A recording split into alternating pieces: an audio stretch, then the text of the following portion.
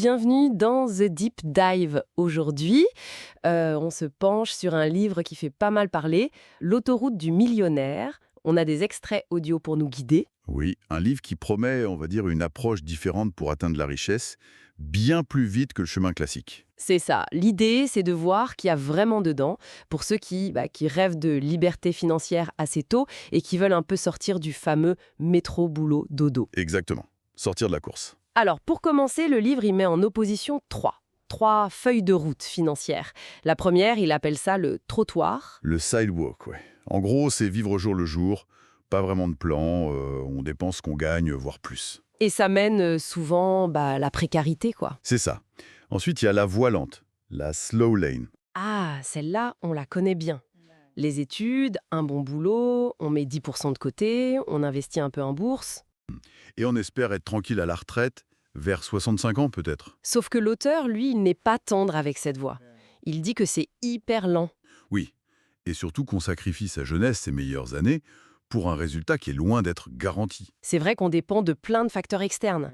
Le marché, l'emploi. Totalement. C'est la critique principale. On échange notre temps, notre vie, en fait, contre un salaire. Avec, comme tu disais, une finalité lointaine, ce qu'il appelle la richesse en fauteuil roulant, et surtout très incertaine. On manque de contrôle. Et de levier. Le levier, c'est le mot-clé, j'imagine, pour passer à la troisième voie. L'autoroute, la fast lane. Exactement. L'autoroute, c'est là que tout change. L'idée centrale, c'est de changer de mentalité, c'est ça. Passer de consommateur à producteur. C'est plus profond que ça. C'est pas juste monter sa boîte. C'est construire des systèmes d'entreprise. Des arbres afriques, c'est joli comme image. Oui, c'est l'expression du livre. L'objectif, c'est que ces systèmes génèrent du revenu de manière quasi automatique, déconnectée du temps qu'on y passe directement. Ah oui.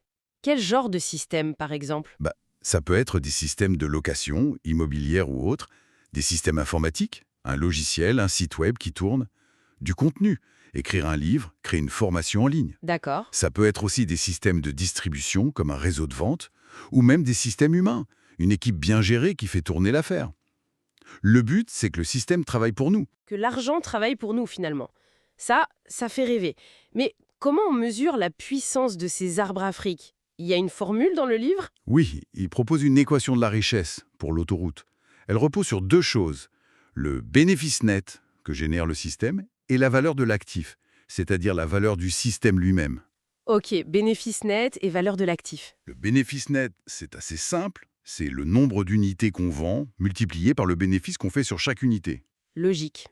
Et la valeur de l'actif, eh bien, elle dépend de ce bénéfice net et d'un multiplicateur qui varie selon le secteur d'activité. C'est ce qui détermine la valeur si on voulait vendre l'entreprise, par exemple. Et qu'est-ce qui rend cette autoroute rapide alors? Pourquoi ça irait plus vite que la voie lente? La différence fondamentale, elle est dans le contrôle et l'échelle. Sur la voie lente, les variables principales, c'est le temps qu'on vend, qui est limité à 24 heures par jour, et les rendements, par exemple boursiers, sur lesquels on a peu de contrôle. Oui, c'est vrai. Alors que sur l'autoroute, les variables de l'équation, le nombre d'unités vendues, le bénéfice par unité, et donc la valeur de l'actif, sont des choses sur lesquelles on peut agir. On peut chercher à vendre plus, à augmenter la marge. Elles sont contrôlables. Et potentiellement illimitées. En théorie, oui. Le potentiel d'échelle est beaucoup plus grand. C'est ça qui permet d'accumuler de la richesse bien plus vite. Le contrôle et le levier. Intéressant. Le livre parle aussi beaucoup de la loi de l'impact. Apparemment, c'est ça le vrai moteur. Plus que la loi de l'attraction ou des choses comme ça. Tout à fait. Pour l'auteur, la richesse qu'on crée est directement proportionnelle à l'impact qu'on a sur la vie des gens. Et cet impact, il peut venir de deux façons. C'est-à-dire? Soit l'échelle, Mhm. toucher énormément de monde, même si l'impact sur chacun est petit.